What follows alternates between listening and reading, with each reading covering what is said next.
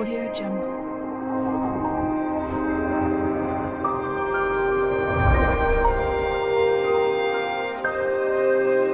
Audio Jungle.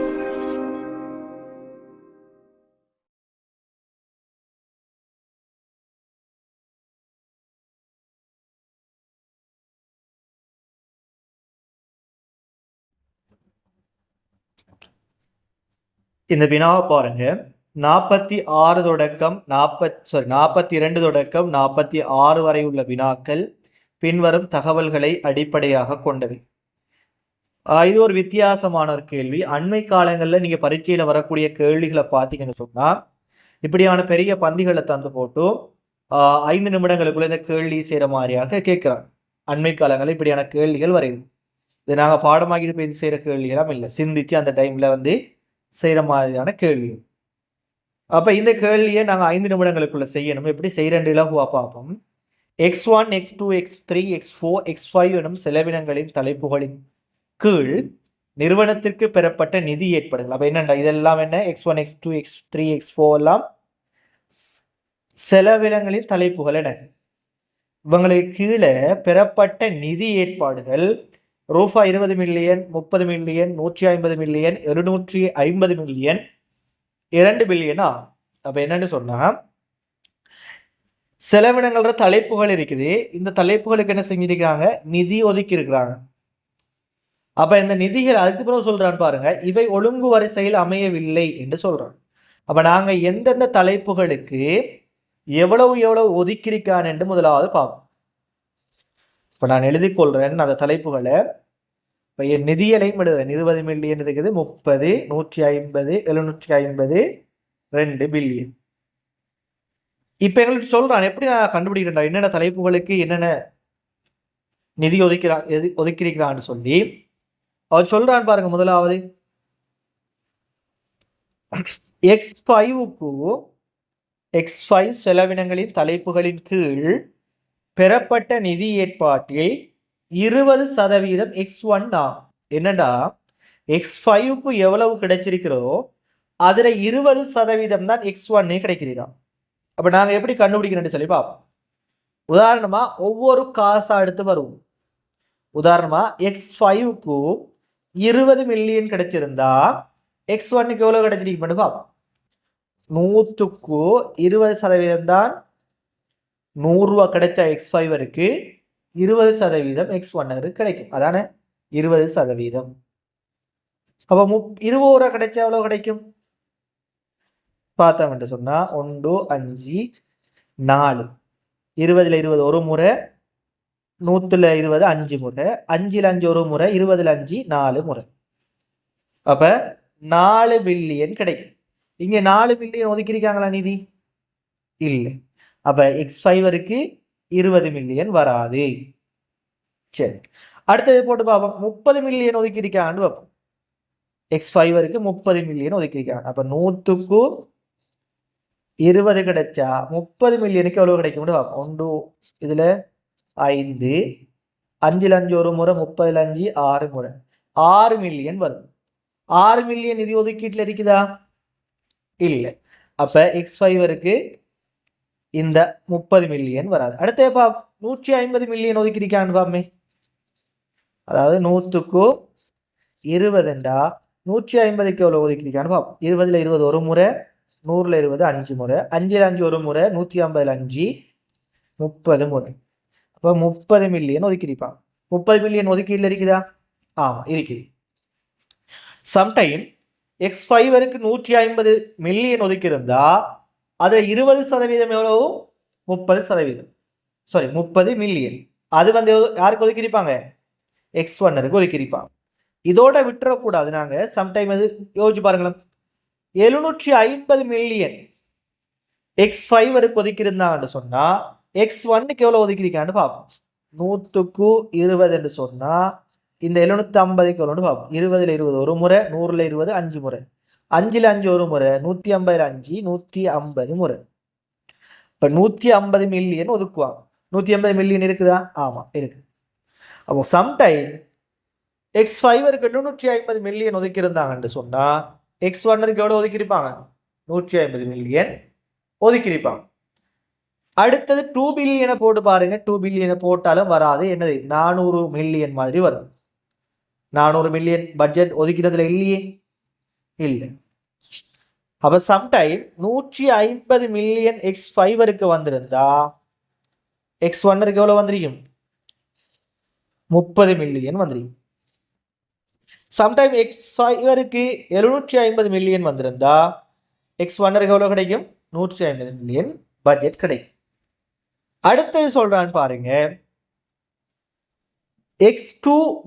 X2விற்கும் X4விற்கும் மான செலவினங்களின் தலைப்புகளின் கீழ் பெறப்படும் மொத்த ஏற்பாட்டில் X2 என்கிறவரு 60% ஆகும். என்னையா X2 X4 இவ ரெண்டு பேருக்கும் எவ்வளவு பட்ஜெட் ஒதுக்குறாங்களோ அதுல 60% யாருக்காம்? X2 இருக்காம். இப்ப பாத்தீங்கன்னு சொன்னா அப்ப நாங்க 2 பட்ஜெட் எடுக்கிறோம். உதாரணமா 20-30 எடுப்புமே. 20-30 எடுத்தீங்கன்னு சொன்னா 50 மில்லியன். இவங்க 2 ஒதுக்கின மொத்த இது எவ்வளவு? 50 மில்லியன். அதுல 120 யாருக்கு? 160 X2 இருக்குன்னு. இப்போ 160 என்ன சுருக்கினோம்டா 50ல் 50 ஒரு முறை, 100ல் 50 2 முறை, 2ல் 2 ஒரு முறை, 60ல் 2 30 மில்லியன் X2 வரும். 30 மில்லியன் வரும். இவருக்கு அப்போ எவ்வளோ வரும்? 20 மில்லியன் வரும். சரி, அதோட மட்டும் நின்றாம அடுத்த ரெண்டையும் போட்டு பாருங்க. அடுத்த ரெண்டு எவ்வளோ? 180 மில்லியன். 2 பேருக்கு மொத்தம் ஒதுக்கின 180 மில்லியன்டா 100க்கு 60 என்று சொன்னா 180க்கு எவ்வளோன்னு பார்ப்போம். சுருக்கினம் என்று சொன்னா இதுல ஒரு சைபர், இதுல ஒரு சைபர், இதுல ஒரு சைபர். 18 தர 6, 8 தர 6, 48 8 4 மிச்சம் 108. 108 மில்லியன் பட்ஜெட்ல இருக்குதா?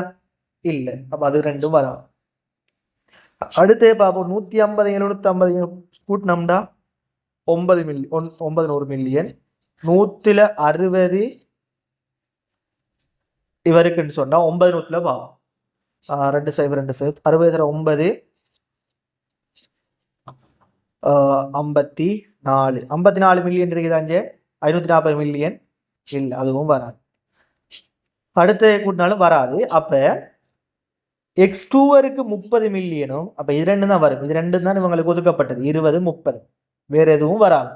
அப்ப தெளிவாக விளங்குது X2 ஒதுக்கப்பட்டது 30 மில்லியன், வேற எதுவுமே வராதே. அப்ப X4 ஒதுக்கப்பட்டது 20 மில்லியன். சரியா? அடுத்து பாருங்க, 30 மில்லியன் பைத்துள்ளா 30 20 திரும்ப X1க்கு 30 மில்லியன் வரலாமா? வராது. அப்ப இது வரும் பேலன்ஸ் அந்த 150 மில்லியன். இவருக்கு 150 மில்லியன் ஒதுக்கப்பட்டா X5 எவ்வளவு ஒதுக்கப்பட்டிருக்கும்? 750 மில்லியன். இது கிளியரா? ஸோ இப்படித்தான் கண்டுபிடிக்கிறது. அடுத்து பாருங்க, 150 பைத்து 750 பைத்து யாருக்கு? அப்ப 2 பில்லியன் இந்த X3 இருக்கு. இதுக்கு பிறகு செய்வோம். கேள்வியை பாருங்க. அப்ப நான் கண்டுபிடிச்சிட்டோம் யார் யாருக்கு எவ்வளவு நிதி ஏற்பாடு எவ்வளவுன்னு பார்த்துட்டோம். அதுக்கு பிறகு சொல்றான் LMNOPQRS ஆகிய நிகழ்ச்சி திட்டங்கள் இச்சிலவனங்களின் தலைப்புகளின் கீழ் செயற்படுத்தப்பட்ட முறை கீழே குறிப்பிடப்பட்டுள்ளது. அப்ப இந்த ஒவ்வொரு பட்ஜெட்டுகளையும் ஒவ்வொரு இந்த செலவினங்களின் தலைப்புகளின் கீழையும் சில என்ன செய்யறாங்க? நிகழ்ச்சி திட்டங்களை நடைமுறைப்படுத்துறாங்க. அது என்ன நிகழ்ச்சி திட்டம்? PQRS அதானே? இல்லை, LMNO LMNOPQRS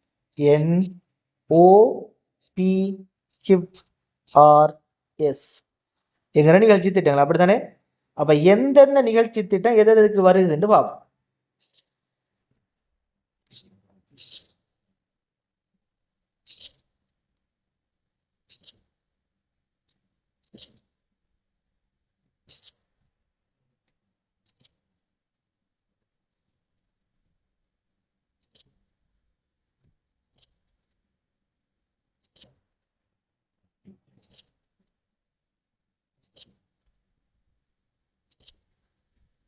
சரி, இப்ப பாருங்க,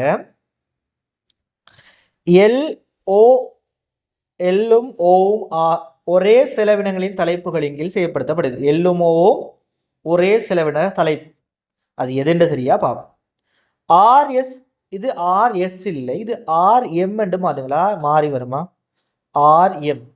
ஆர்எம் ஆகிய நிகழ்ச்சி திட்டங்கத்துக்கு ஒன்றுக்கு ஆக குறைந்தது எவ்வளவு தேவையாம்? 800 மில்லியன் தேவையாம். அப்ப 800 மில்லியன் எது எங்க இருக்குது? 750 மில்லியன்ல இருக்குதா?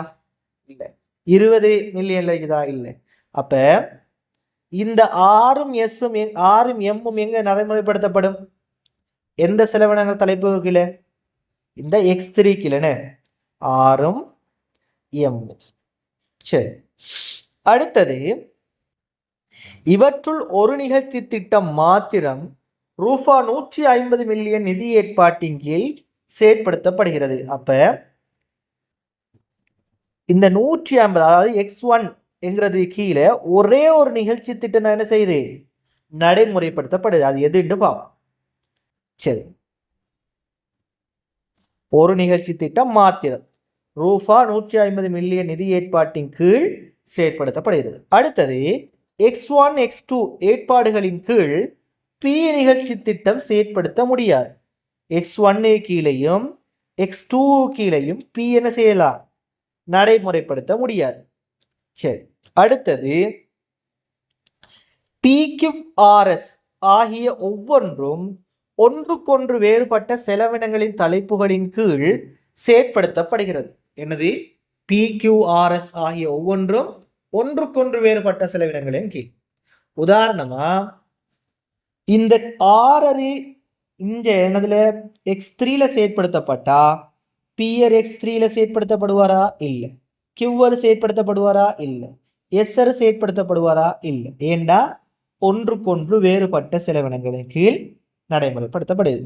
சரி, அடுத்தது இதை நோட் பண்ணி கொள்ளுங்களா, அது முக்கியமான தரவு. மேற்குறித்த 8 நிகழ்ச்சி திட்டங்களுள் ஒன்றேனும் இவற்றுள் ஒரு செலவின தலைப்புகளின் கீழ் செயற்படுத்தப்படவில்லை. அப்ப என்ன அர்த்தம் என்று சொன்னா, ஏதோ ஒரு செலவின தலைப்பு ஒன்று என்ன செய்து எந்த நிகழ்ச்சி திட்டமும் நடைமுறைப்படுத்தப்படலை. இவற்றுள் ஒரு செலவினத்தின் தலைப்பின் கீழும் ஏதாவது ஒரு தலைப்பின செலவினத்தின் கீழே 8 நிகழ்ச்சி நடைமுறைப்படுத்தப்படலை. அதாவது ஒரு நிகழ்ச்சி என்னது? செலவினத்தின் தலைப்பு ஃப்ரீயா இருக்குது. அதான் விளக்கம். சரி, அடுத்தது பாருங்க, எஸ் உட்பட அதிக எண்ணிக்கையான நிகழ்ச்சி திட்டங்கள் குறைந்த அளவு ஏற்பாடு பெறப்படும் செலவின தலைப்புகளின் கீழ் செயற்படுத்தப்படுகிறது. எஸ்ஸோட சேர்த்து பெரும்பாலான நிகழ்ச்சி திட்டங்கள் யாருக்கு வருதா? குறைந்த அளவு. யாரு குறைந்த அளவு வருவாரு? x4. அப்ப எஸ்ஸர் எங்க வருவாரு? x4 கீழே வருவாரு. இப்ப யோசிங்க, PQRS எல்லாம் என்னது? தனித்தனியே வரணும். அதான சொல்லுகிறான். PQRS ஆகிய ஒவ்வொன்றும் ஒன்றுக்கொண்டு வேறுபட்ட செலவினங்கள் தலைப்புகளின் கீழ் செயற்படுத்தப்படுகிறது. அப்ப x4ல S செயற்படுத்தப்பட்டா இந்த R, இந்த Q, இந்த P எல்லாம் செயற்படுத்தப்படுவாங்களா? இல்ல. இப்ப பாருங்க, P எல்லாம் எங்க செயற்படுத்தப்படுவாரு? இந்த x5ல பேலன்ஸ் இருக்கிறது மட்டும் தானே. இப்ப P x5ல செயற்படுத்தப்பட்டா இந்த QRS எல்லாம் x5ல செயற்படுத்தப்படுமா? இல்ல. சரி, அடுத்தது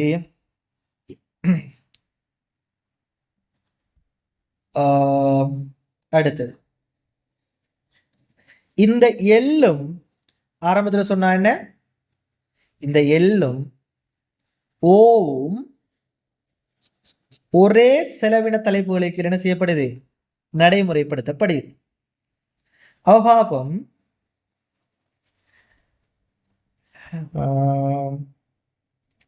சரி, இப்ப பாப்போம்.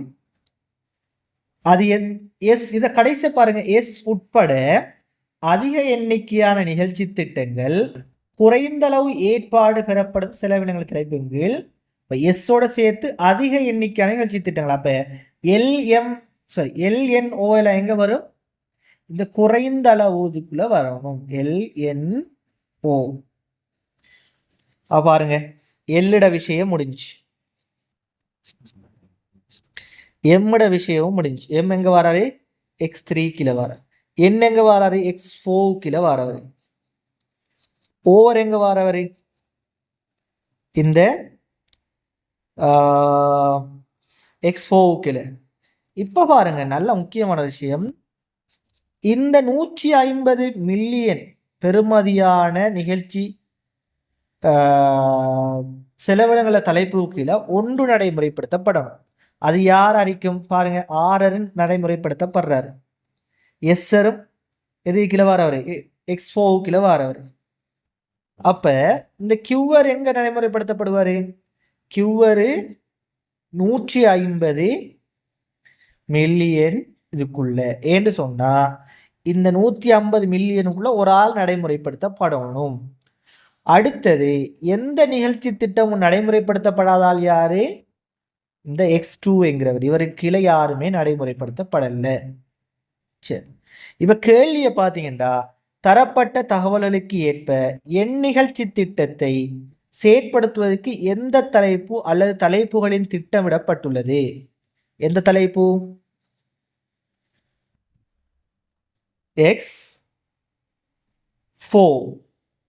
X4 கீழே.